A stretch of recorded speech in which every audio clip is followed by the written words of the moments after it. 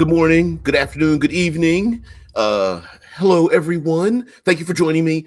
Today, again, is another episode of RPG with DBJ, and we're going to get into another week of a big, giant subject that we all hold dear to our hearts, and that is war. I love myself some war movies, whether it's graphic novels, TV shows, movies, any kind of multimedia. You gotta have war. Your Brave Hearts, your 300s, your Spartacus, your Lord of the Rings, and every permutation thereof, right? Even into the modern day. So, hello everyone. I made a little bit of a joke of peeps in the chat. I used to be a real peep lover, but I don't know, maybe just getting older or something like that kind of fell out of favor with peeps. I'm more of a cakey, soft cookie kind of guy, I think, nowadays. But let's talk about war and strangely enough, what it has to do with peeps and that kind of thing in general. Okay, so yeah. Hey, Dead Man, what's going on? Yeah, I'm not sure why sugary confections and war have to do with each other, but in a little way they do. And here's where I'm coming from, right? Because it just sparked off the top of my head. When we think about war and battles and skirmishes, those kind of things, yeah, we think of the big strokes, right? Like one side maybe defending a wall or a location, and the other side lining up in a big line where somebody rides up or runs up and down the field giving a speech about how they'll live to eternity and that kind of thing. I wish someone could do a parody of like a TED talk or something about like, I'm running in front of you as I trained all of you to line up in a straight line for no good reason. Someone's always got to give the big speech. And for some reason, the people at the very ends of the line seem to hear exactly what the leader says. Do they practice this stuff beforehand about the slamming the shields or stomping their feet or hitting their big pikes down on the ground all at the same time? I'm not sure. But we love those things, right? Hey, native war mask, very good. We need somebody about war. All right, so we think of the big strokes, right? The preparation before the battle, where the two sides line up, the big rushing towards each other, and everyone clashes together, that kind of thing. But why war? And what kind of creatures or NPCs, like what can we do to make our war more dynamic, more interesting? What kind of creatures can we bring into it? Jenny says the biggest monsters in war, in my experience, is the player characters. Yeah, in more ways than one, right? Some of the depravity that comes out of some player characters is pretty amazing. But when it comes to war, it's like, well, why go to war? And what I mean by that is having a conflict with one or two people or a group of people. Say there's bandits on the road, or there's trolls under a bridge or something like that. That's different, right? They have a particular goal. Bandits want to steal some gold. The bridge trolls want to elicit high toll fees or something. There's a wizard in a tower that's casting spells. That's the side effects are causing some kind of havoc. There's an evil witch in the wood that's really like stealing the children or something, and that's not necessarily war, right? Those are less individual conflicts because of maybe the side effect of one person's goal rubs people the wrong way, and so then you have this conflict. Hey, the ogre stealing the farmer's cows, just that's not right. We got to stop the ogre. And the ogre's just like, well, I'm hungry and lazy, so I'm going to steal it. But that's not necessarily war. A native war mask. I'm a Lakota from the Pine Ridge Reservation. By the way, love your videos. Thank you very much. Thank you for tuning in.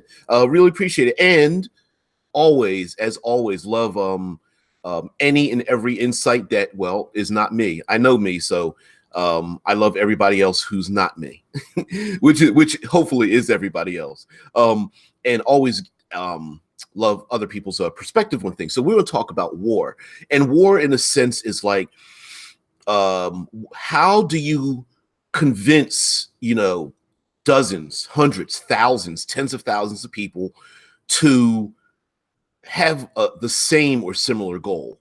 And involved in that kind of war, that means that there must be some overriding imperative to get one side to go to war against another. Now, of course, what usually happens is that everyone really isn't aligned. What's happening is everyone has their own agenda. It just so happens that to achieve that agenda, those tens of thousands of people are far more willing to work together to achieve that particular agenda. And combine that with combine that with the overriding maybe fear. Maybe there's a military leader. You've got your kitty. You've got your goblinoids, right? You got your goblinoid leaders, chieftains and ogres and bugbear leaders or what have you. Of course, they're threatening. They're evil. All the underlings are completely convinced that every other underling is under the leader's control and will, beat them or kill them if they don't, go to war. So maybe the enemy is far less of a threat than it would be to just not go to war itself. There's another thing. Native War Math says, I would have to say, in a lot of high fantasy, war is almost an abstract concept, as it doesn't have the brutality and true sorrow that you'll see in other settings. Have to absolutely agree with that, in the sense that it's a very high-minded, like antiseptic kind of look at things, which is fine. In high fantasy, it's perfectly fine to have like the two sides clashing. It's not very dirty when it comes to war and using it. But I will say that that the brutality and sorrow, the lead up to war, the things that happen in war and the things that happen out of it, I think are kind of forgotten. And those are great areas to role play. But today really is Monster Monday. So let's think about and Monster Monday is a very abstract thing as far as my purpose goes. It's basically monsters, NPCs, things that aren't the player characters and how we can use them in war. So let's talk about leading up to war. Leading up to war can give a lot of hints and sprinkle a hell of a lot of things for your player characters to engage in before war starts. For example, the gathering of mounts. Maybe there's the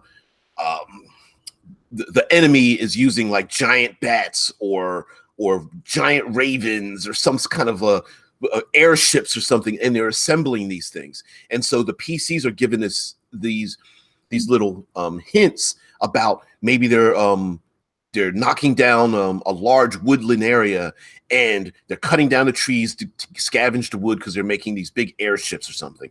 Or the dwarves are working overtime to mine ore because they're casting bolts and steel and metal wheels for giant rolling machines or something. So all of those things could be involved in the lead up to war. And so the player characters could be assigned to investigate or stop this, or even just report back what they see. And now they realize that this other country or group of countries or factions or whatever are gearing up for a major battle. So it could be that they are assembling supplies, they're gathering foodstuffs. Spies are infiltrating different areas to try to gain as much information that each side needs before a conflict starts. And there even could be there are those who want war to start, and they're constantly instigating things to happen. They're constantly speaking up in crowds to get the people riled up. those kind of things. Hey, Vince, what's going on? Yeah, we're talking about war. Yes, Bruce says, there we go. A dead man, a storyteller says, siege elephants, like in Lord of the Rings. They could be outfitting like siege elephants and rhinos and things.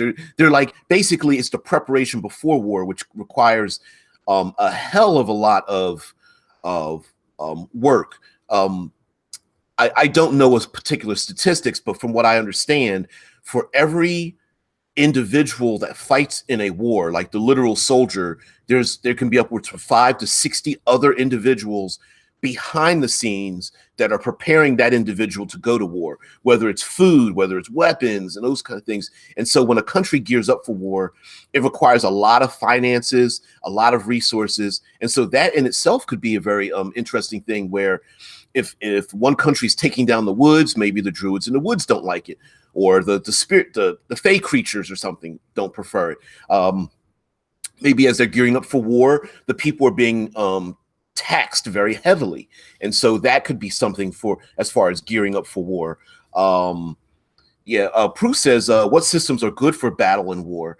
You know, there's and Vince says, yeah, there's a special book we talked about in the Strongholds PC-based episode plans that have mass combat rules. There's Matt Colville's Strongholds and Followers book. I think he raised over $2 million for his Kickstarter. He's coming out with a book. It tends to be, Matt Colville's book, Absolute Proof, says the exact same thing, right? You know, Matt Colville's book is going to talk about war, and in many ways, you do have to expand out. Now, if we think about mass media, basically movies, television shows, war actually happens in 3 steps, right? So and it usually goes back and forth through those various 3 steps. So the first step is they will try to give you a extremely wide angle of what the war looks like. So you'll get this big, bird's eye, fisheye lens look at the battle. So you'll see maybe a castle and some battlements. You'll see the other side. You can never really pick out a particular soldier or anything. You'll see some big siege machines maybe, and you'll see them clashing together. It's to kind of give you an idea of what happens just before the clash, during the clash, and what's happening afterwards, right? So that's like your first big thing. And then the second one, you kind of zoom in where you get squad activity. So you might be able to see some of the main characters. You may see dozens of people conflicting with each other. So maybe you zero down on one siege machine and maybe 2 dozen enemy, and then like the main characters, and maybe they're at a wall or something of that nature, or vice versa. The PCs are trying to, scale a wall, and then you zero in on the specific characters, the PCs, the main people, the main, Sir Knight of Knightlyhood trying to scramble up a ladder to get over the wall, or a particular PC being knocked down into the mud and being trampled by, a horse before he, is able to get back up again and get back into the fight. And those 3 levels you can use to modulate how the war is going, so the PCs know what's going on a meta level, and also for you to add in foreshadowing for other dangers and things that come in. Native War Masters, anything for Warhammer 40K setting, of course. That setting is awesome for war. Also, the Cataclysm of Age is setting, which I'm not familiar with 40K. I absolutely do know. Yeah, you can use that, and maybe even in your own role-playing game, if you want to have a war, whether it's like a modern war or a far future war, you could also snatch the rule system from a more of a tactical squad type war game and then overlay it into your own game. It's very difficult to do like a personal role-playing game, I think, and expand those traits out to war. You can do it, but it gets kind of wonky sometimes. Vince says, I personally don't think most players are very interested in playing strategy games inside their RPGs. I prefer to have a cinematic approach and don't have too many demands for my PCs. And yeah, it's like piloting 2 different things, right? You're getting into the mindset of your own PC and then handling the squad thing. Some people are into that. layering the two can be a little bit difficult because the scope can get a little bit wonky. But it's one of those things where you really need to know the players, and players need to really know themselves. DMs really and GMs really need to know whether that's the kind of thing they want to handle. Proof says makes sense with a Warhammer 40K since they come from a strategy board game. I've only played a bit of Dark Heresy, and it has mostly been PC focused for now. Yeah, absolutely. Now, when it comes to the big battle versus the small battle kind of thing, we've heard of minion rules, and various games do it in different ways. I prefer the Feng Shui version of minion rules.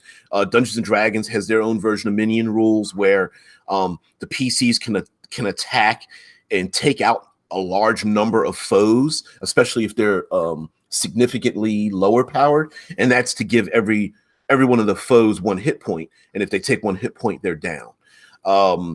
Feng Shui, and Native Warbat says there's a lot of information that one could use in the 40K setting to create larger conflicts. And absolutely, you can. I would absolutely suggest taking and hacking apart something else, taking out elements that you would love to have in your game, and then leave the other parts behind, just so that you don't lose sight of your main focus, which are the main characters. But when it comes to war, especially what's a good one? Battle of the Bastards, I think, is the one conflict that I can think of most recently, and Return of the King in of course Lord of the Rings is another one where the environment that the PCs are in is not just a matter of I attack it, it attacks me. We're all on a flat level plane and there's nothing going on. But in terms of changing the dynamic in the battle itself.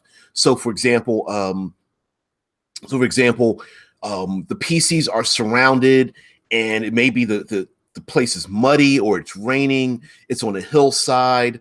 There's a siege machine, like a siege tower or catapult, or ladders being used.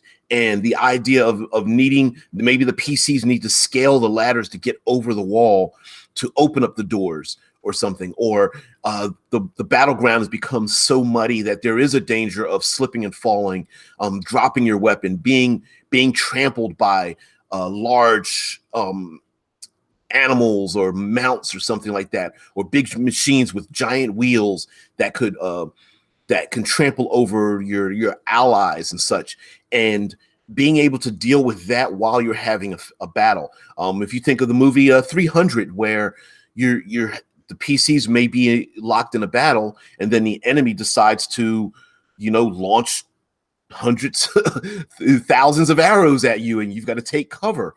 And basically, in many ways, and although this might seem like I'm cutting my own throat here, because I've got about 60 Google pages. That kind of narrows down to about 35 pages of printed material. But yeah, I'm already writing battlefields as well. Battlefields, subterranean, cityscapes. Those are the next books in the series for the cinematic environs, and talking about like having a battle and then using the environment over top of it, which I'll do that on Third Pillar Thursdays, get more into detail. But having a goal for the players and then having adversaries that'll prevent that goal is key. And when I say a goal, having little goals, whether it's getting important information from one side of the battlefield to the other, resupplying one side of the battlefield, rescuing members of your own war party from being surrounded, getting ammo to another place, getting important maps or missives from one leader to another, even just battling the enemy so that your own allies can get across a battlefield or something, or just surviving, taking cover and surviving being hit by thousands of arrows before the enemy gets to to reload and launch again. And those things can be just reskins of what already exists, right? Your layers, your traps, your obstacles, your puzzles. Like for me, it's just relayering them. So if you want to do something as simple as layering in like difficult terrain or those pit traps, those collapsed ceiling kind of things, if you just reskin them and just make things where great there are great difficulties from getting from one place to another or surviving through like a time limit, whether it's a day or hours, days, weeks, months. Those things can be laid in as well. Native War Master, I just found out there's a link to how long a comic can be. Kitty, yeah, what is it? Prue says, I like the thought of horrific weather and battle camps, sounds of battle in the background, injured and dying people screaming and crying in the labyrinths, chaotic logistics, very intense. And I absolutely agree with that. For example, in 5th edition Dungeons and Dragons, there is short-term and long-term madness. And it could be that being in battle, you may request, instead of physical hazards, there are psychological hazards to being in war too. And you can have it's a DC, just making this up off the top of my head, DC 10 wisdom save, right, per day. And for every day you're in battle, that increases by 1. Every day you wake up to screams of the dying, the smell, the feces, the fear, all of those things of despair. Maybe each day it's make a DC 11 check, DC 12 check, and it starts to build up. And because at some point people will crack, even temporarily, which is why a plug, we have despair rules, which act like exhaustion, except they're mental. It's mental exhaustion, which if you take, during your short rest, your long rest and things, you can calm those things down, that despair, the confusion, forgetfulness, the panic, the fear, those kind of things, and just step up and down. So you could use those madness rules if you want, or use a third party system, kind of like how we do with the cinematic environments. Prue says having to run through a field of dead and dying bodies with slimy blood and feces is probably difficult terrain. But absolutely, you can even have the terrain change because of all the dead. I mean, if the PC start killing tens, dozens, and hundreds of enemies, that in itself creates its own problem. Even in 300, they use the bodies to build a big wall, right?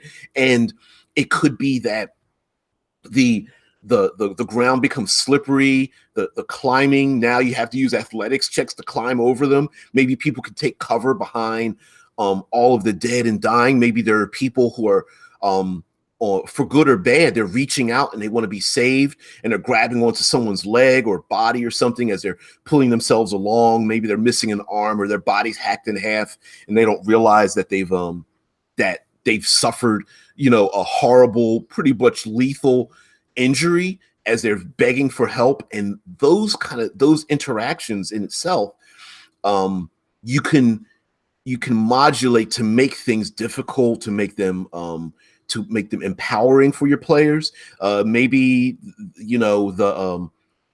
like Native War Math says, to the individual commenting before, I love the imagery there and completely agree. Yeah, that was Prue War Mask. Yeah, Prue's just talking about like it's the personal, visceral nature of it, where I mean, if you want to even get even deeper, like there's a ton of improvised weapons, right? From picking up a broken sword or grabbing a spear out of a dead man's hand to using their entrails to choke somebody to death, right? It's that gritty sensation of being in war and doing things that basically mortal man really shouldn't be doing, but they have to just survive, to just live another day, to become a person that rises above who they are to achieve their goals. And I think layering that into a game, I personally love that kind of thing. Not everyone wants to be that gritty or dark or have those, have that much blood and despair, but I absolutely love that kind of storytelling because it really it's like when it's over, how does that individual come back to reality, come back to, going shopping and deciding on what kind of shoes they need to wear and what their clothes look like. It's like, what? I'm not interested in that. I just killed a man by, choking him with some small intestine or whatever. And I think being able to have, going back to our monster thing, which I completely derailed us from, yes, you can have tons of monsters where, of course, your goblinoids, the humanoid type creatures, but you can have things come into a battle that keep the pressure on. Creatures that like carrion crawlers. I'm thinking of things that go after the dead or the dying, like ghouls, ghouls and gas, carrion crawlers, rot grubs, vampires. They could sneak into camps of either side and attack people in the evening. When the next day comes, you're going to see carrion birds circling overhead, whether they're like black ravens or vultures or something, picking at the dead. The PCs may be trying to shoo the birds away as they start picking at the dead bodies, and then of course the dead bodies themselves start to decompose if someone doesn't do something about it, and that can create its own hazards as well. The spread of disease, the smell that is caked on the people's bodies, and the enemy can smell it miles away. Predators that find easy prey from injured warriors that are lost from lost scouts or something of that nature. Prue says, like when everyone is too exhausted to even stand up, but they still have to fight to survive. That is not pretty. And having exhaustion is another thing. Physical exhaustion, food, water, shelter, repair of weapons. Those kind of things can really impact a group where if you start to increase the things, for example, let's say you instill a rule that says like each day you're going to get a level of exhaustion, unless you have adequate food, adequate shelter, adequate rest. But the fight itself is not going to, the enemy is not going to wait for you to rest down in a trench or hiding in the woods or something. And maybe taking your rest is going to leave your allies out in the open. And having to decide, okay, maybe some of us rest, some of us don't. Where do we get food and supplies from? Gathering food and supplies. Sometimes you've seen in some war movies where the allies are stealing supplies from each other because one military leader thought ahead and said, hey, we've got enough food and supplies. Maybe another military leader sucks and he's got no concept for war at all, and now the PC's got to figure out how to resupply themselves. Dave Matt says, may I please use the idea that you just mentioned for having to make a mental health check each day? You don't have to ask.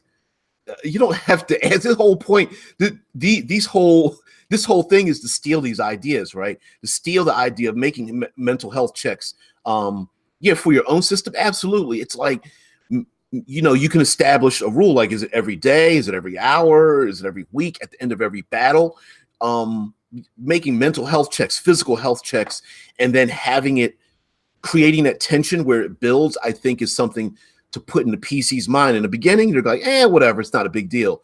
But as it starts to impact them, as they ignore it, then you're like, this is why we need to sit back and reassess what we're doing, and putting all of that information in the hands of the PCs and letting them decide. Prue says, by the way, I just read yesterday that 70+% of the people in Bosnia have diagnosable PTSD now after the war in the 90s. Aftermath of war is longer than most of us fathom. And the aftermath of war affects everyone else. If you're a fan of podcasts, and if you don't know this already, you got to listen to Dan Carlin's Hardcore History. An excellent podcast, brilliant individual, brings it to life. And in many ways, there's a term called there's a term called the home front, and the home front is all the people who are not at war but are supporting the war effort and are affected by it. All the children whose families are broken. You know, majority in many times in war, majority of women are left behind, and the men go off to war. And what happens to the families that are left behind? The people who are elderly and the young are left behind as well, and they have to see their loved ones come back from war. Here in the States, been at at war forever, and a lot of people come back with missing limbs and brain injuries and things of that nature.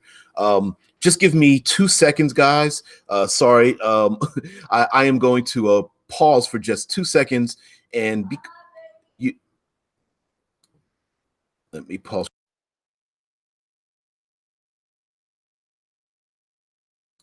Sorry, guys. Now, back to war. Creative, thanks, Dan, man. Creative Commons share alike license. Yeah, yeah, it sure is. Yeah, yeah. Anyway, back to war. So we have ourselves. So we've talked about the impact that war has on people. And the fact that there are times where you can create this is a great war is also a great place to create adversaries versus enemies. And what the difference is between adversaries and enemies, right? So your enemy, of course, is everyone on the other side. Your Urukai, your legions against the 300, the Persians against the 300, or whatever. Your historical enemies of people from the Shadowlands fighting the people from the light or something like that, whether it's high fantasy or what have you. The people from the underworld fighting the people who live in the clouds. Okay, those are your enemies. Your monstrous races, your monstrous creatures, your mounts fighting the PCs. But you have adversaries too, and adversaries are people on your side, but they are impeding what you're trying to do. It is the incompetent military commanders. It's the other factions on your side stealing your supplies. It's the uncontrolled military units that just are not listening to your orders. It's the people, the allies you have yourselves who are far more brutal than they need to be, and you want them on your side. They're your allies, but you also need to keep them under control. It's the political machinations on your side about which territory to take, which territory not to take, who to attack, who to capture and kill, and the instructions you're given, and the dichotomy between what you're ordered to do and what you need to do. For example, in many times in war, they'll say, okay, we need to retreat, but we want you to burn down everything, right? Burn all the crops, burn the cities and whatnot. And the PCs may say, well, wait a minute, innocent people live here. This is their home. We're fighting it. We're the invaders fighting inside the homes and the community of these other people. Why are we doing this? Now the higher ups may say, listen, we need to burn everything so that when an enemy comes towards us, they have no way to resupply themselves. If we leave the innocent people here in their homes and their villages and their farms, they could eat that food. They can use those people as labor. They have a place to hide.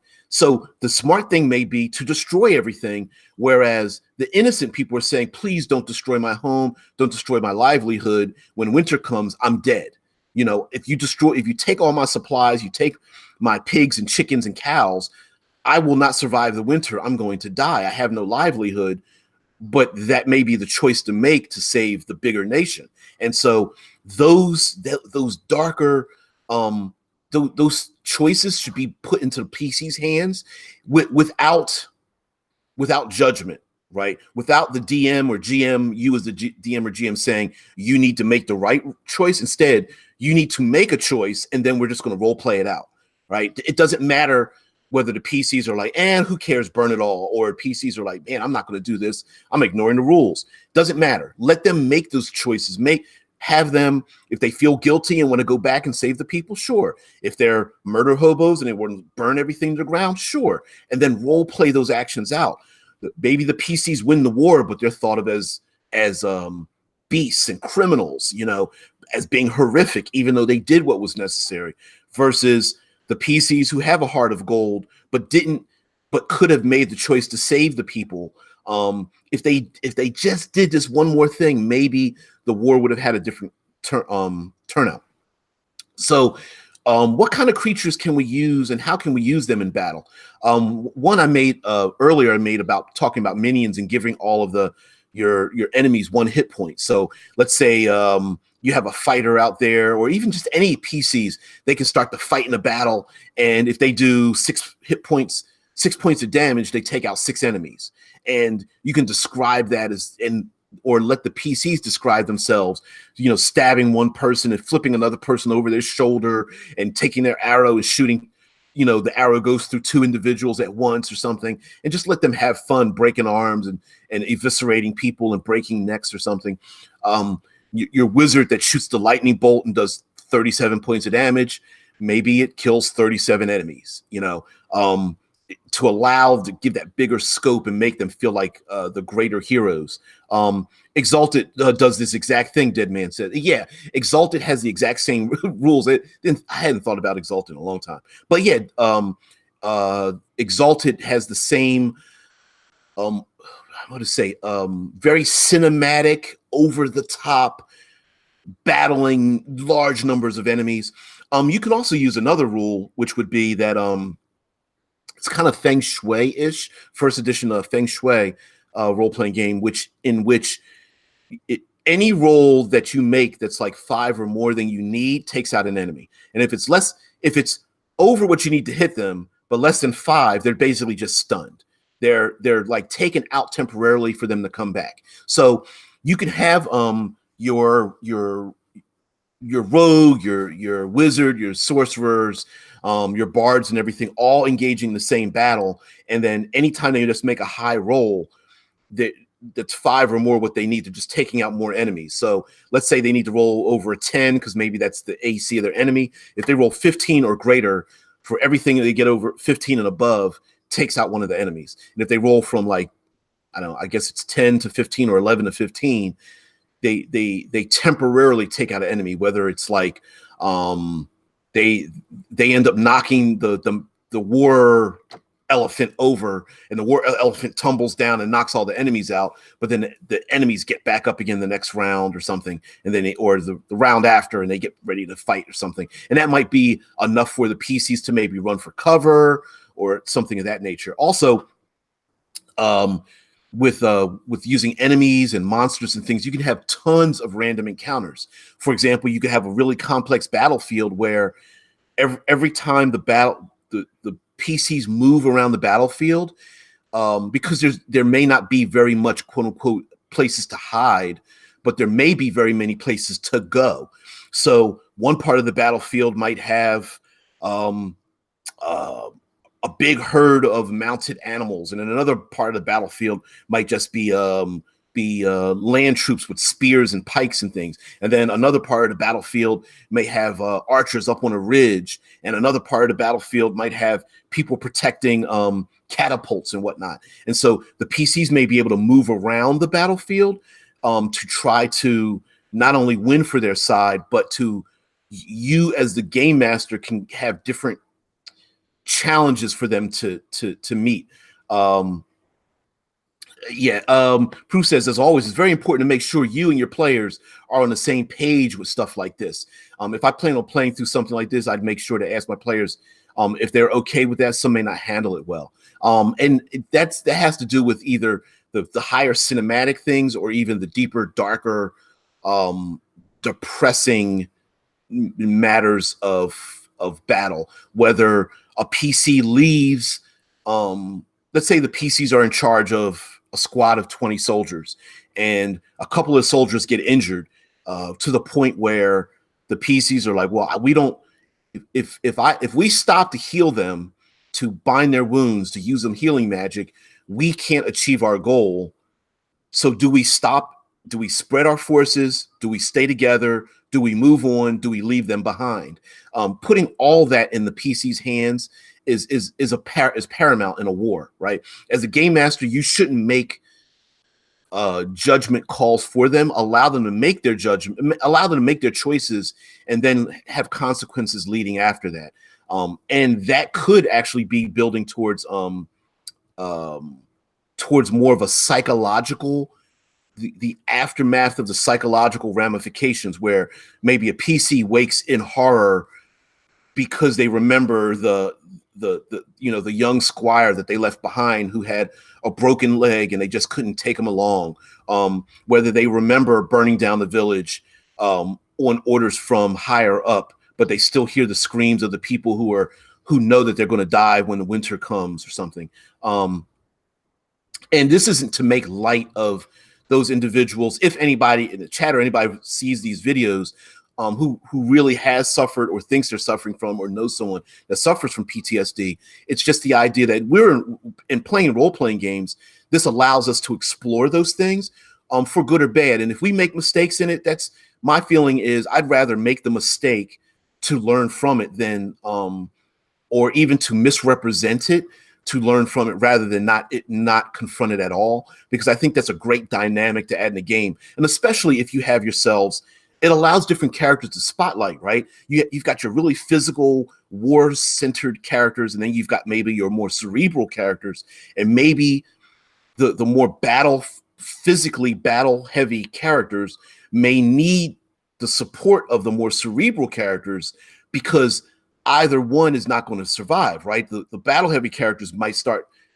I hate to put it this way, but basically might start to suffer mental afflictions. They start going insane faster, even though it's almost like they get drawn into the battle more so. And then the more cerebral characters, the ones with the higher intelligence and wisdoms, or whatever the game system is, may need to be there to give some psychological support to the other characters. And that would absolutely be a great way to spotlight some of the characters, where the cleric isn't just the heal bot, but the cleric is there to give psychological support.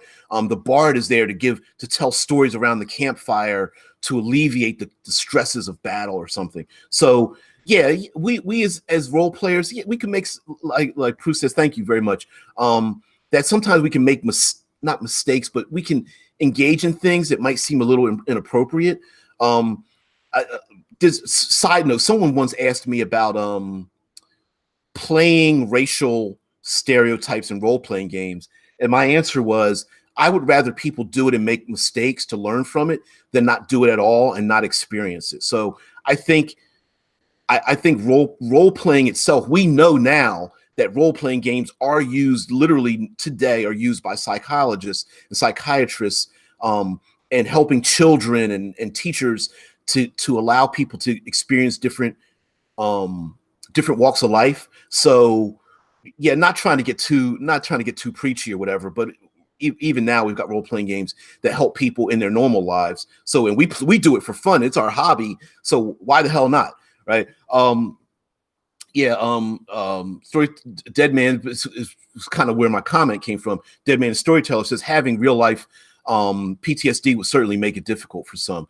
And of course, again, as the rule number 0 is talk to everybody.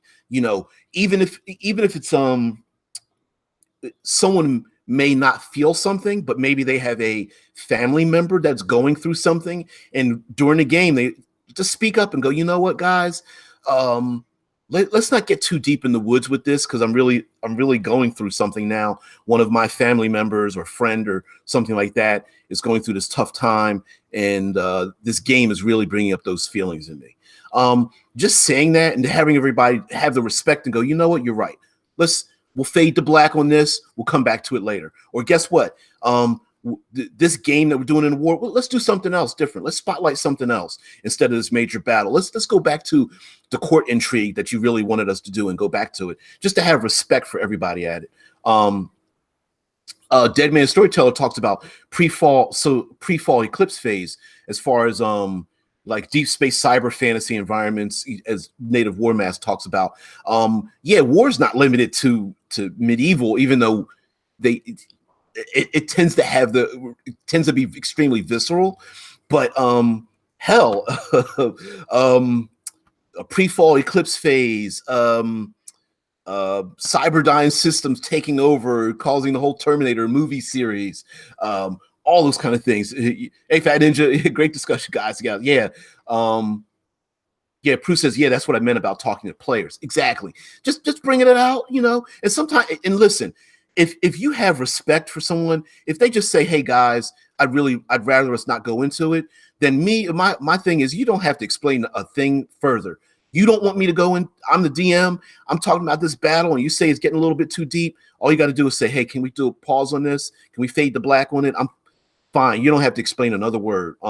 You want to bring it up again and explain why? Sure. If not, whatever. I don't need the answer. Just let me know. So, and I think out of respect for gaming in general, just respect the other person's opinion. You don't have to beat them in the head and challenge them and ask them why or anything like that. But monsters, we can kind of break them up into little squads and things, right? So we talked about our goblinoids. We have our, orcs, bugbears, trolls, ogres, giant races, hill giants, stone giants, and whatnot.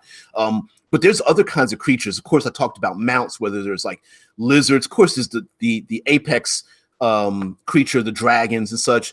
But we have other kinds of like drakes and worms and lizards that people can ride.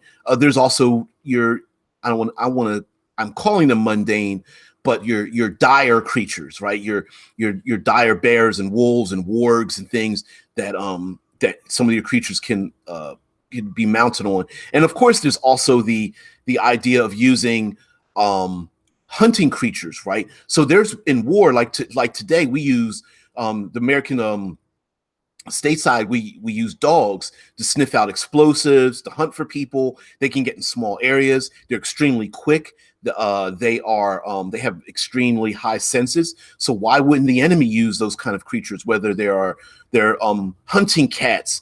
Love our displacer beasts, right? I love talking about displacer beasts. So they can go hunting around. Got to bring up the mimic, right? Sending them down as traps, and the enemy using them and hiding them amongst the enemy, or dropping them in the enemy, or hell, even launching them off of catapults over castle walls or something. You could have these insidious creatures that the PCs have to fight off, that are in service to a greater enemy. Birds for scouting and signaling ambushes. Absolutely, they can circle overhead. They can use they could be the medieval version of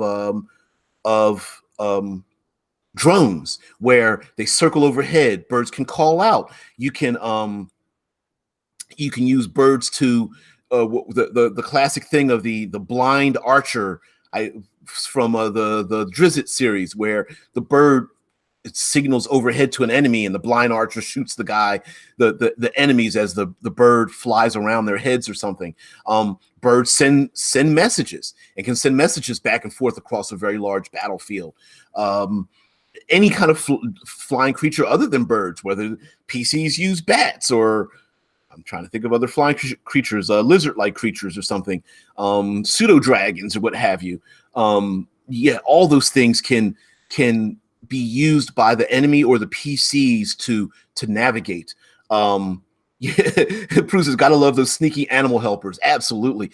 Your rangers and druids in the group are definitely going to want to use some animals in battle, and some of them might be even, barded out. I mean, having barding out, not a bard, but meaning armored, putting armor on dogs, or, giant cats or something like that, and having them join in the battle against the enemy. And of course, I love reskinning things. Instead of just having you can have a battlefield squirrels. Absolutely. Or like me getting always distracted, squirrel. So anyway, it could be a possibility that you can reskin all those traps that you want to use in your dungeon and use them in a battlefield. Because essentially what a battlefield could be is a dungeon without a rooftop over it, right? Just think about this, right? It's not necessarily so. Instead of dungeon hallways, you can have burning debris, demolished walls, burned out woodland areas. And let's not forget about the topographical areas, right? We have valleys, we have muddy areas. Maybe there's snow and there's thick ice and snow, and there's a blizzard. Maybe there's a lot of fog. Maybe there's a burnt out village or a city, and so you have places to hide.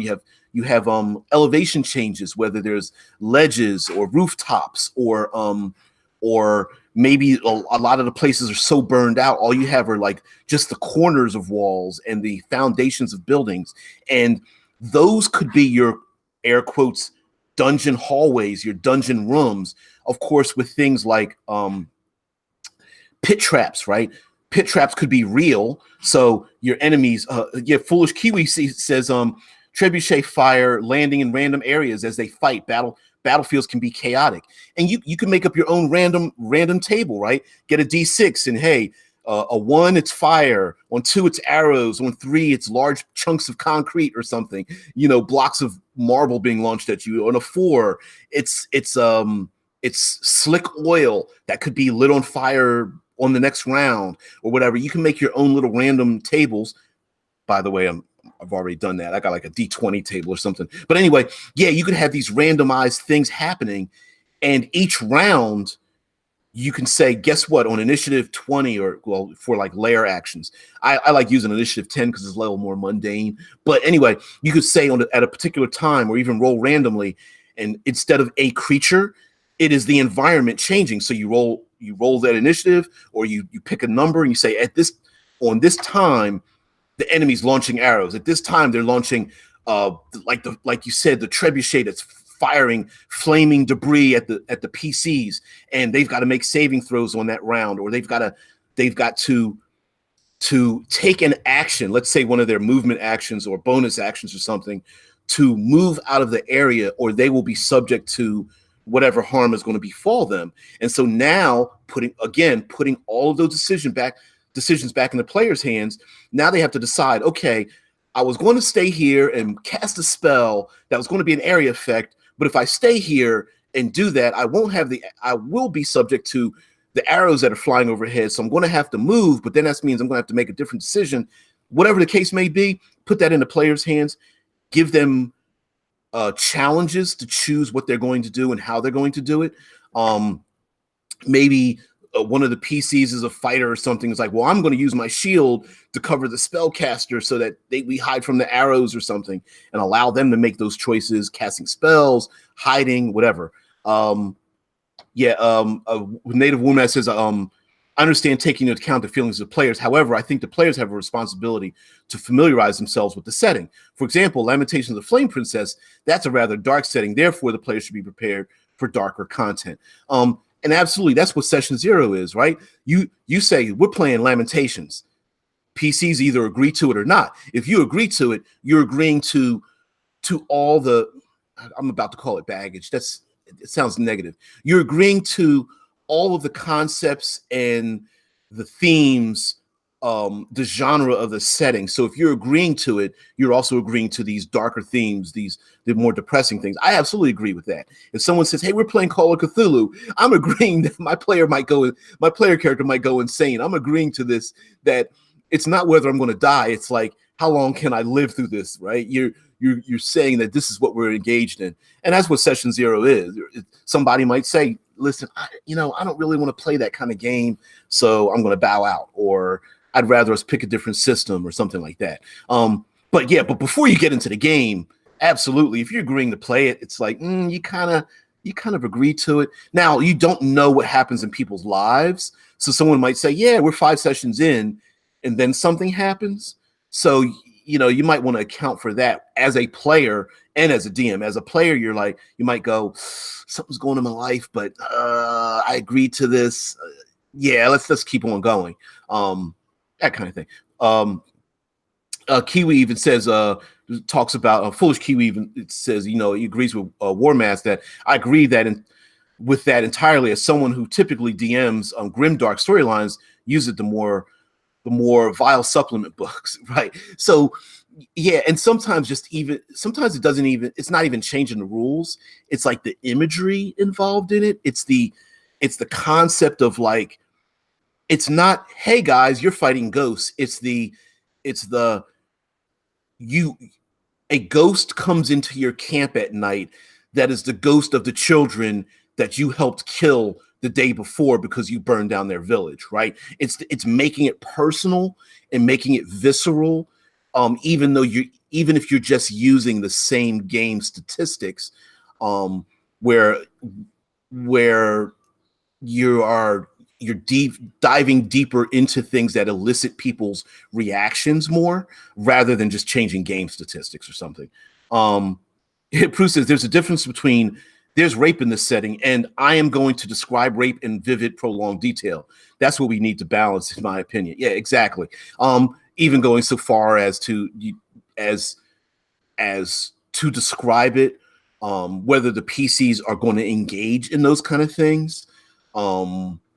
Whether as a game master you're allowing your enemies to engage in it or even engage into it against your own PCs, right? Whether it's torturous, whether it's rape induced or something like that. Like it's having those discussions ahead of time. And sure, it's kind of like it's kind of metagamey, like, well, are we really going to go here? Like, why wouldn't the enemy do something like that? But it is a game, so just talking about it ahead of time is always something that should be talked about up front, put in front of everyone's mind, and just say, hey, listen, this is what we're going to be. This is how I game master. This is what the game's going to be like. Do you guys agree? They say yes. You move on.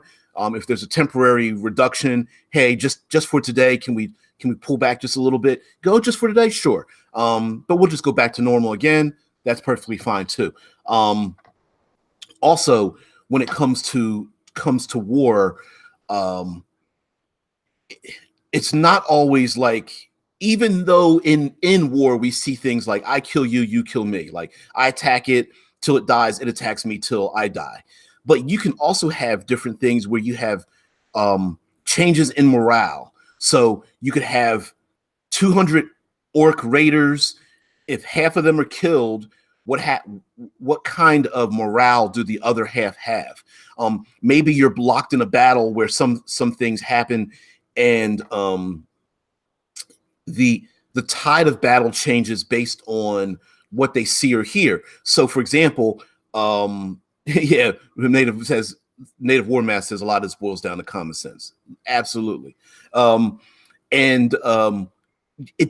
is based on, like, let's say a wizard casts a fireball that takes out 75% of a group. Even if that fireball doesn't take out 75%, let's say it only takes about 20%. The fact is, one person took out 20% of the people in one action. Maybe that changes their opinion. Maybe that makes them more berserk. Maybe that makes them want to run and hide. Maybe it changes their opinions. There's also Foolish Kiwi says, you'd be surprised there's some very unaware silly gooses. There's plenty of people who are good advice never hurts. Yeah, there's always people. Unfortunately, sometimes we don't know ourselves. So there will be those individuals that are like, yeah, let's get real deep and dark. Let's go grim dark right now. And then they get into the game and they're just like, I'm not liking this grim dark. And usually what happens is it's like, I want to be grim dark, but I don't want the grim darkness to come after me. That's usually what ends up happening. It's like a one-way trip, right? It's the like, I want to do dark things, but I don't want those things happening to me. I don't want to be tortured. I don't want to be, have my skin flayed off or something like that. But also, we have the opportunity to play around with criticals and fumbles in battle, such as as was kind of mentioned before in the chat, where we're talking about random things like randomly being hit by flaming debris from a trebuchet. And yeah, Foolish Kiwi says, yeah, let's pillage them. Oh no, we're being pillaged, right? That's usually where that comes from. It's not really like, I don't want to be involved in it. It's like, I don't want that to happen to me, but I want to get away with it, right? But we can play around with some other randomized things where not only are things launched randomly over top of the players and being slammed by flaming debris or things like that. You can have things where just a riders on horseback or something, and they randomly blast through the areas where the PCs are fighting. You can have an area where there's so many enemies that are packed together that there's a chance that you can get crushed or trampled. If you fall down, you can get trampled by your own allies and enemies that are fighting and that are so packed together in a tight area, such as the Battle of the Bastards. You also have the idea of like I said, being trampled into the mud, having a with the crits and fumbles, you can lose weapons. You can have weapons break. You can have things being sundered. A shield gets knocked out of your hand. The strap breaks.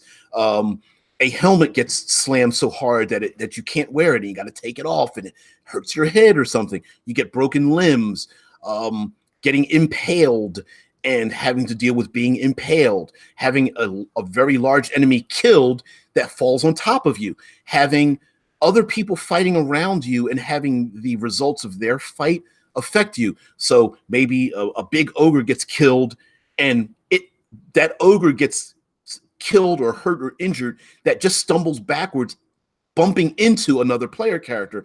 By example, Prue says, I love the random tables for a battlefield. Friendly fire, rocks fall, everyone dies. Yeah, you can have those kind of things. It happens so much. I'm just going to say goodbye.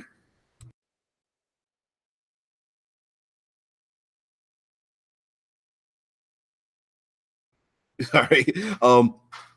Yeah, you can definitely have make up different random tables where, and some of those things can have can have comedic effects. But I think for the most part, dealing with war, they can really change a battlefield, right? Like whether it's horses running randomly through with dragging a dead body or something, or whether it's standing in fields of eviscera or something. Foolish Kiwi says horses who've had soldiers fall off them charging through can be a fun hazard too. And like I always say, use and abuse, right? Maybe a PC grabs the horse. Maybe the horse is dragging a broken, like a broken soldier, or it's only dragging a leg and the body's nowhere to be seen or something like that. Maybe the trebuchet is on fire, and the PCs can use that as to pull the pegs that keep it locked on top of the hill and push it down the hill into the enemy, or the enemy does the same thing, or someone decides to climb up on top of the catapult and use that to launch themselves over a wall, or anything like that. Maybe there's a siege tower and the PCs have to fight their way up a siege tower to get over a wall, or vice versa. They need to stop the siege wall tower from getting closer, or the battering ram, or the ladders that are used to climb up a wall. Maybe the PCs are going around trying to push the ladders off, or they're the ones that have to climb up the ladder before the ladder gets pushed backwards and they fall back and do it again. Those are great challenges, I think, that we see in the movies, we see on TV, and we love them, but we don't include them in our battles, whether it's going through trenches and having to go down in a trench and come back up, and down another trench and come back up, whether it's going through like a World War I setting where it's like barbed wire and giant chunks of metal that prevents siege weapons or tanks or something from moving through, but maybe the PCs have to move through it to set off explosives or remove barriers so that their own troops can get through. It's the classic scene of the best scene in the movie of Wonder Woman, where it's no man's land, and she's like, I'm no man, and goes out to, well, she doesn't say that, but goes out into the battlefield and stands there in front of the 50 cal gun while her allies run around and are able to go across and whatnot. Prue says, I'm gonna need to get in a battle one shot of yours, Kiwi. I could tell we're on the same page. Yeah, Kiwi says, I enjoy diabolical environmental changes happening mid battle. Oh yeah, and those are really cool things, right? Because you never know. On one hand, some PCs who really don't want to think outside the box or not used to it are going to go, oh, you're just making it tougher. But sometimes these things can be used or abused, right? So the flaming trebuchet that ends up rolling down the hill into the midst of the battle might split the battle in half, but then at the same time, that might be used as cover for the PCs, right? It's the use and abuse rule that I love. Like if the PCs have a great idea to abuse the environment, go ahead and do it. I love that kind of stuff. If Foolish Kiwi says, "Oh, this chat is so nice." Hell, yo, you guys can set up a game if you're into that kind of thing. But just link together. Hell, we got a Discord channel that Jared Premont set up that I am not pushing, which is stupid of me. But anyway, guys, didn't talk too much about monsters, but it doesn't matter. We talked about war. We're going to talk about that the rest of this week. There is a possibility, strong possibility, fingers crossed, that I will have a special guest on. It'll be like there's a Kickstarter coming up. We're going to talk about their past products. Why am I out of focus? There we go. Past Kickstarters, subjects coming up. We've been in each other's circles for a long time, but that might be a possibility. That being said, rest of the week, hell, we're going to talk about battle, talk about war, talk about some rules we can use. I'm not really a big mechanics kind of person, because I love like just basically taking the mechanics we already have and just reskinning it, that kind of thing. So yeah.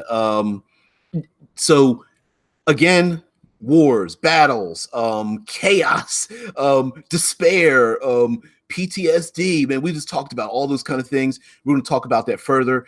Today's the 17th. It's in there somewhere. It's down in the info somewhere.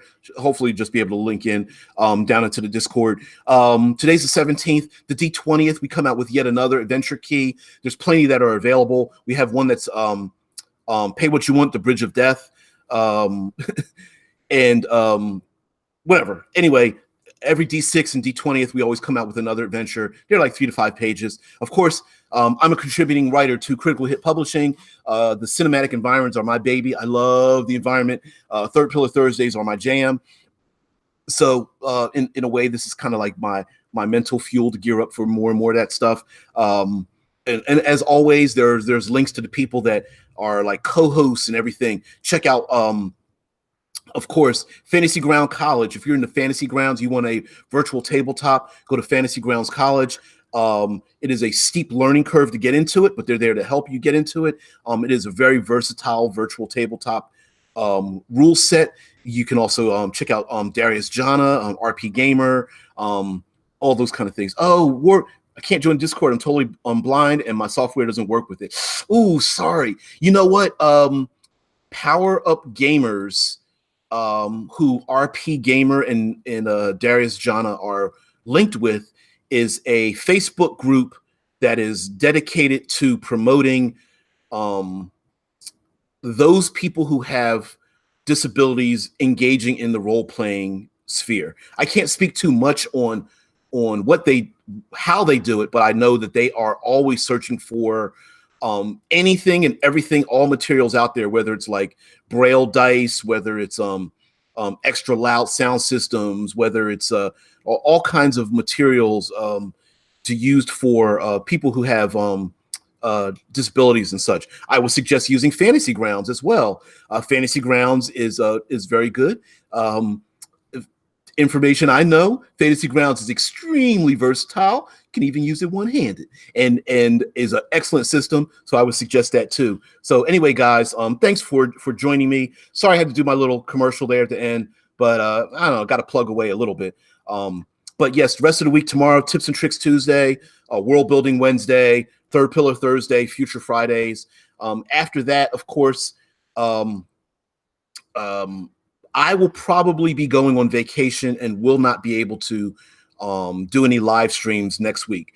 I will try to record some videos to give you guys just a little bit for next week, but I can't promise it because I need some time to, while I'm doing these live streams, I'm not actually recording videos and I don't have a lot of time. So I'll try to record some videos so Yeah.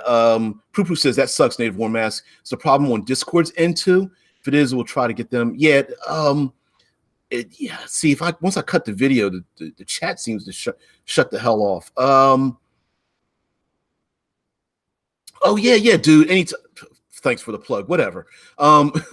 Anyway, Fantasy Ground College, um, Power Up Gamers, Pugs, and of course Critical Hit Publishing, which I'm part of, and anything and everything that I'm part of. Con Plus One is coming out. It's the online convention. That's in November 3rd. I'll be running a panel for Third Pillar Gaming. I'm probably going to try to do a plug for that.